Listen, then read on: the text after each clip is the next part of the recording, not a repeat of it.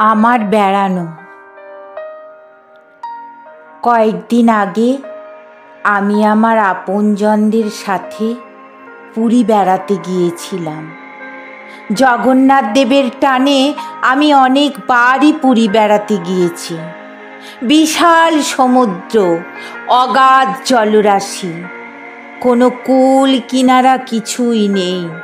বড় বড় ঢেউ তীরে আছড়ে আছড়ে পড়ছে। কত লোকজন সমুদ্রে স্নান করছে। এর আগে যখন পুরী বেড়াতে গিয়েছি, আমিও সমুদ্রে নেমে স্নান করেছি।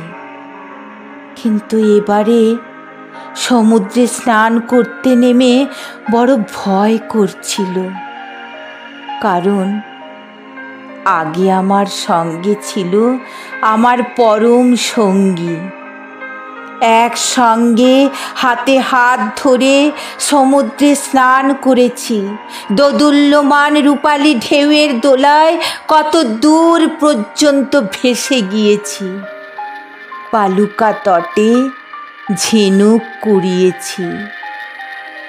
সন্ধ্যাবেলায় সমুদ্রের বুকে অনেক অনেক দূরে ভাসমান জাহাজের টিম টিম করে আলো জ্বলতে দেখেছি।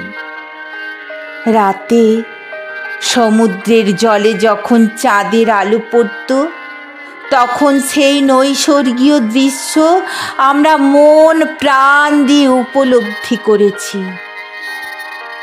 কিন্তু এবারেও সব ঠিক আগের মতোই আছে। শুধু আমাকে সাহস আর ভরসা দেওয়ার সঙ্গীটি আর নেই। তাই সবাই যখন আনন্দে আত্মহারা, আমি তখন মাঝে মাঝেই তাকে নিয়ে চিন্তায় মগ্ন থেকেছি। আনন্দটা আমার কাছে কেমন ফ্যাকাশে হয়ে গেছে। যদি সে থাকতো সাথে, হয়তো এই পুরী বেড়াতে যাওয়ার মজাটা আরও খুব ভালো হতো।